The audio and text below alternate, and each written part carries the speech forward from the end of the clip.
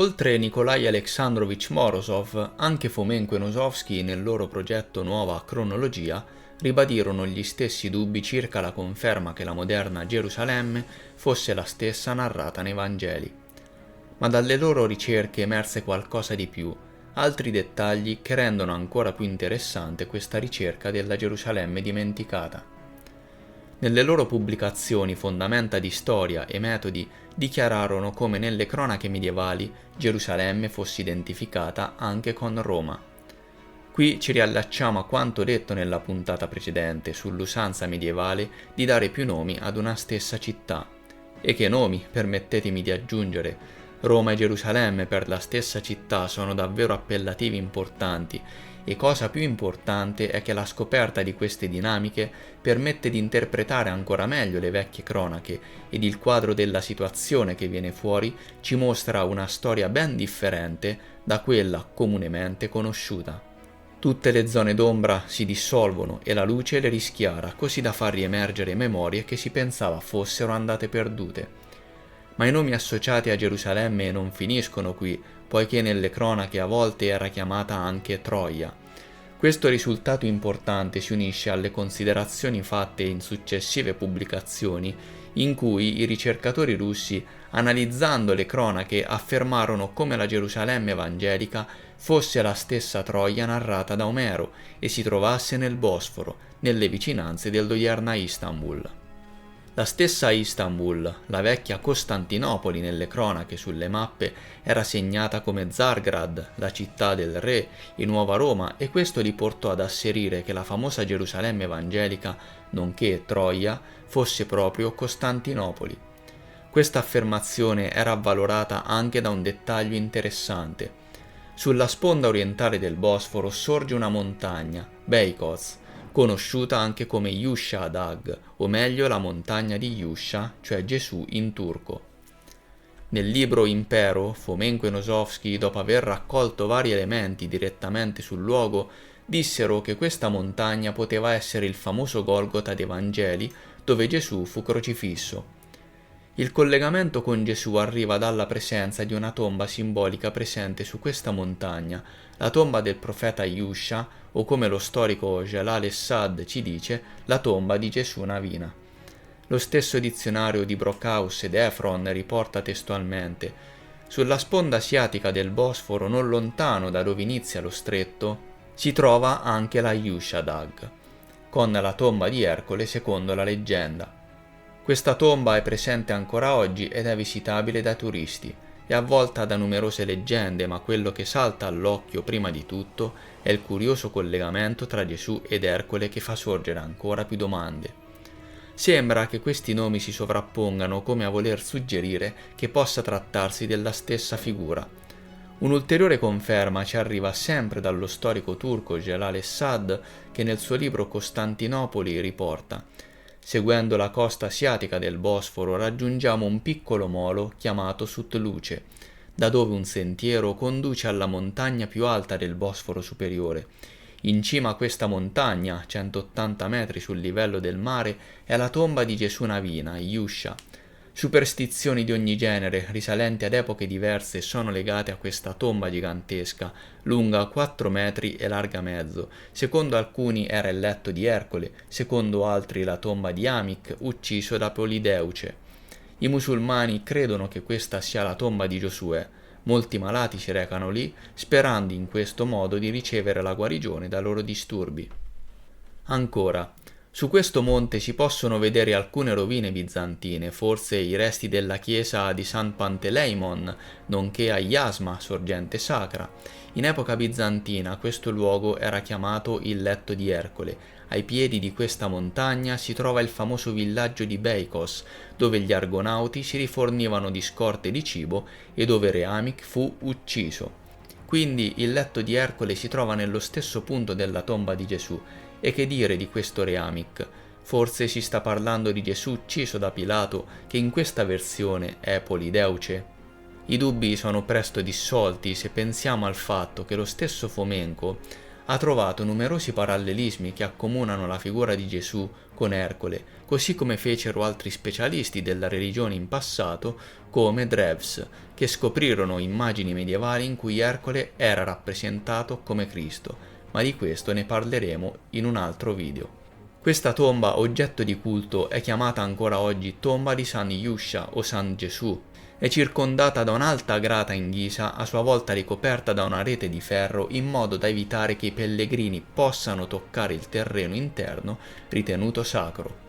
All'interno del reticolo crescono numerosi alberi ad alto fusto e dalle estremità opposte si trovano due pietre cilindriche rotonde che circondano piccole macine.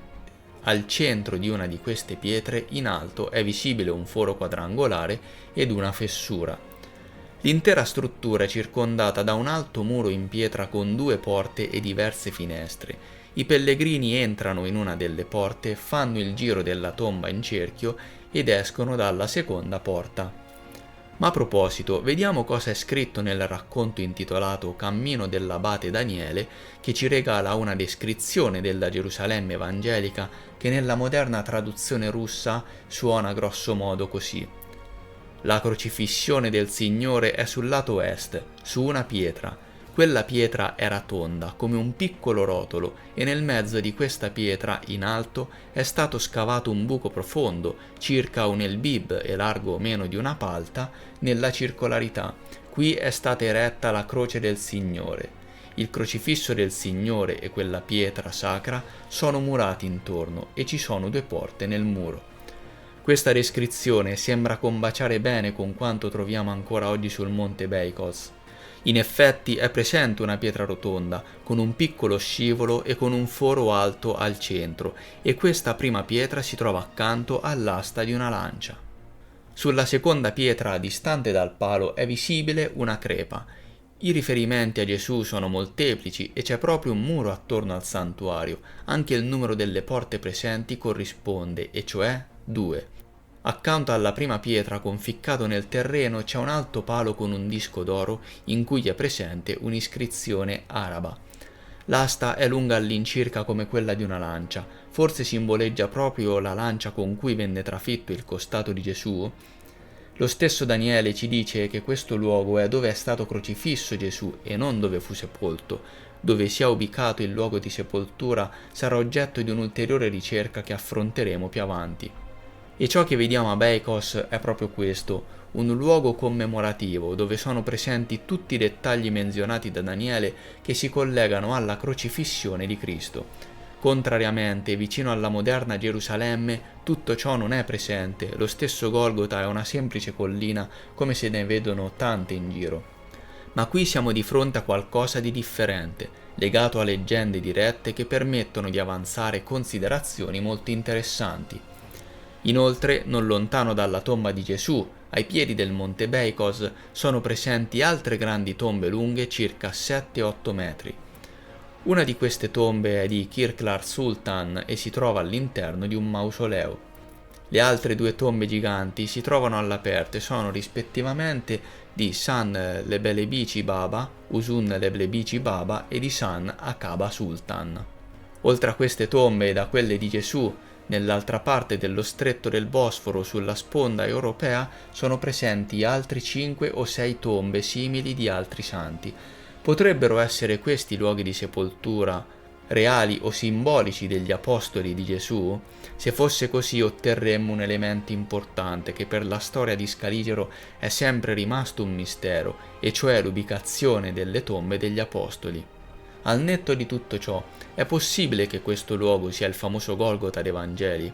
È davvero sorprendente che si siano conservati così tanti dettagli interessanti che non ritroviamo in alcun modo in quello che oggi è identificato come Golgota in Palestina. Ma c'è ancora una cosa che non torna. Costantinopoli è sulla sponda occidentale del Bosforo. Se fosse la vera Gerusalemme, la descrizione del percorso intrapreso da Gesù per arrivare al Golgota non combacerebbe. Per arrivare a Beikos da Istanbul si deve attraversare lo stretto e nei Vangeli non c'è nessuna menzione di questa circostanza. Anzi, secondo la descrizione, le guardie inviate da Pilato percorsero la stessa strada più volte facendo avanti e indietro nell'arco di un giorno. quindi sarebbe dovuto essere molto più breve il percorso che da Gerusalemme porta al Golgota. Alla luce di ciò, infatti, nel 2006 Fomenko e Nosovsky si ritrovarono a correggere il loro precedente punto di vista, volgendo lo sguardo altrove. Comprendere che la Gerusalemme dei Vangeli era conosciuta contemporaneamente come Roma e Troia ci permette di avanzare un'altra considerazione. Costantinopoli non era la famosa Gerusalemme evangelica, poiché era noto in passato che l'odierna Istanbul fu edificata non lontano dall'antica Troia, e questo lo sapevano anche nel XVIII secolo. Guardiamo ad esempio cosa affermano le memorie di Casanova. Questa città, Costantinopoli, stupisce a distanza di una lega. Non c'è spettacolo più bello al mondo. Il suo magnifico aspetto divenne la ragione della caduta dell'impero romano e dell'inizio di quello greco. Costantino il Grande, vedendo Costantinopoli dal mare, esclamò, affascinato dallo spettacolo di Bisanzio: «Ecco la capitale dell'impero mondiale». Lasciò Roma e si stabilì qui. Se avesse letto la spedizione di Orazio non avrebbe mai commesso una stupidità così grande. Dopotutto il poeta scrisse: «L'impero romano inizierà a declinare solo quando uno dei successori di Augusto deciderà di spostare la sua capitale nel luogo della sua nascita. Troade non è così lontana dalla Tracia». La Tracia, come sappiamo, è una parte dei Balcani, corrispondente approssimativamente alla Jugoslavia, dove, secondo la versione scarigeriana, nacque Costantino il Grande. Il commento del traduttore del libro di Casanova è il seguente: l'imperatore romano Costantino il Grande, nato in Tracia, trasferì la capitale dell'impero a Bisanzio nel 330. L'antico nome era Troas. Quindi Costantino il Grande, riflesso dell'imperatore slavo Dimitri Donskoj del XIV secolo, decise di spostare la capitale da Jaroslav, la famosa Roma antica, a Costantinopoli, non molto lontano da dove sorgeva la città di Troia. A questo punto la famosa Gerusalemme evangelica è da ricercare sulla sponda orientale del Bosforo, non molto lontano dal Monte Beikos, il Golgota narrato nei Vangeli. E l'indizio lo si nota proprio sul Monte Beikos. Accanto alla tomba di Yusha c'è un dipinto del XVIII-XIX secolo che ritrae un gruppo di turchi coricati accanto alla tomba di Gesù. Da dove sono seduti i turchi si apre un panorama magnifico e ciò che colpisce l'occhio sono le rovine di una potente fortezza con tanto di torri e mura che compaiono sullo sfondo, su una collina adiacente a Beikos. Oggi questo panorama è bloccato dalla presenza di alberi ad alto fusto, ma scendendo dalla cima della montagna fino alle rive del Bosforo si può osservare ancora oggi la presenza di queste possenti rovine. Nel 2006 il collaboratore di Fomenko, Gleb Nosovsky, recatosi personalmente sul luogo alla ricerca della famosa Gerusalemme evangelica, si avvicinò alle rovine e rimase stupito quando vide l'insegna con scritto il nome di questa fortezza, Ioros Kalesi, che significa fortezza di Eros, in turco appunto Ioros. La storia scarigeriana non ci dice molto riguardo questo luogo. Si scopre che oggi è conosciuto soprattutto come Castello Genovese, poiché posseduto da Genova a metà del XV secolo. Questo luogo fu colonizzato originariamente da Fenici e Greci per scopi militari e commerciali, ma sembra che per i Greci avesse una valenza maggiore. Da loro era chiamato Hieron, che significa luogo sacro, e sembra che qui vennero scoperti templi, tra cui quello di Dios, l'altare dei 12 dei e il tempio di Zeus Ourios, donatori di venti favorevoli, appartenenti all'era a.C. Successivamente venne occupato ad intermittenza durante tutto il corso dell'impero bizantino e sotto la dinastia dei Paleologi il castello fu fortificato insieme a quello presente sul lato opposto. Il castello di Ioros fu usato per difendere Costantinopoli durante l'ultimo assedio ottomano del sultano Maometto II, avvenuto nel 1453. Insomma, una storia ordinaria se non fosse per un dettaglio alquanto interessante. Perché i greci consideravano questo luogo sacro? Innanzitutto c'è da dire che, come ora comprendiamo, l'antichità per come l'abbiamo conosciuta è stata creata sulla carta. Documenti che parlavano di eventi e personaggi del Medioevo sono stati presi, duplicati e modificati, facendoli slittare nel passato più remoto. La vera antichità di cui parliamo è quella dei secoli X e XIII, da cui fa partire il proprio racconto la famosa Cronaca Zero. Lo stesso nome originale di questo castello racchiude un ulteriore indizio interessante del perché questo luogo fosse considerato sacro, a mio avviso. Eros, più precisamente Ioros in turco, è l'esatta abbreviazione di Jerusalem, cioè Gerusalemme.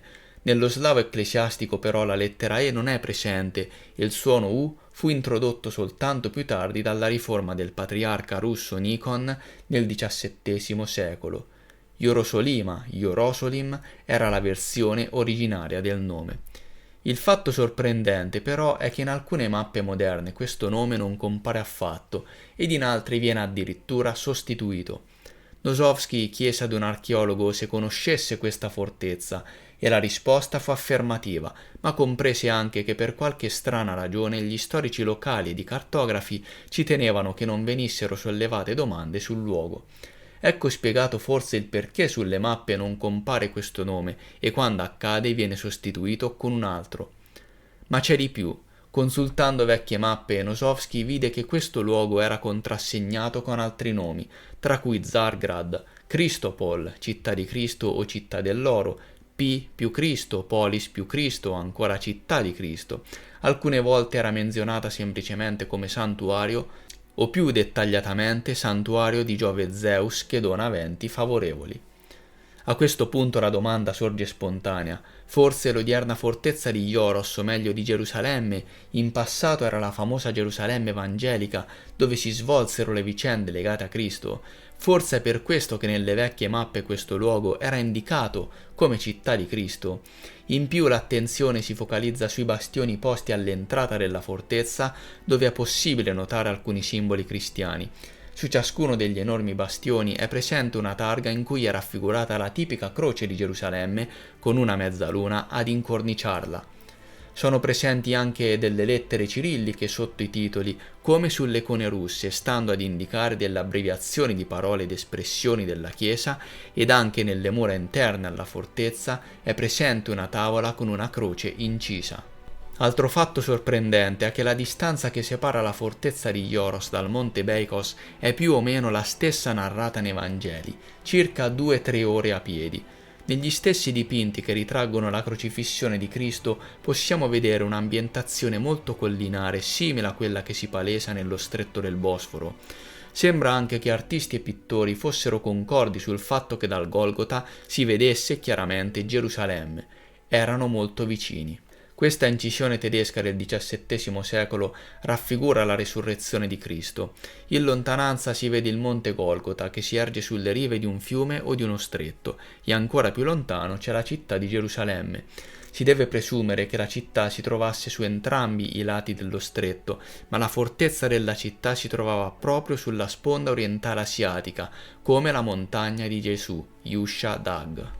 Queste due immagini iconografiche invece mostrano l'ingresso del Signore a Gerusalemme. Anche in questo caso l'area raffigurata sulle icone corrisponde perfettamente all'ubicazione della fortezza di Eros.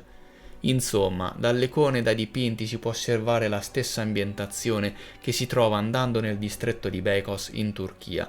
E siamo non lontano da dove si trova Istanbul, Costantinopoli, eretta proprio vicino all'antico Ilio, dove sorgeva la famosa Troia omerica.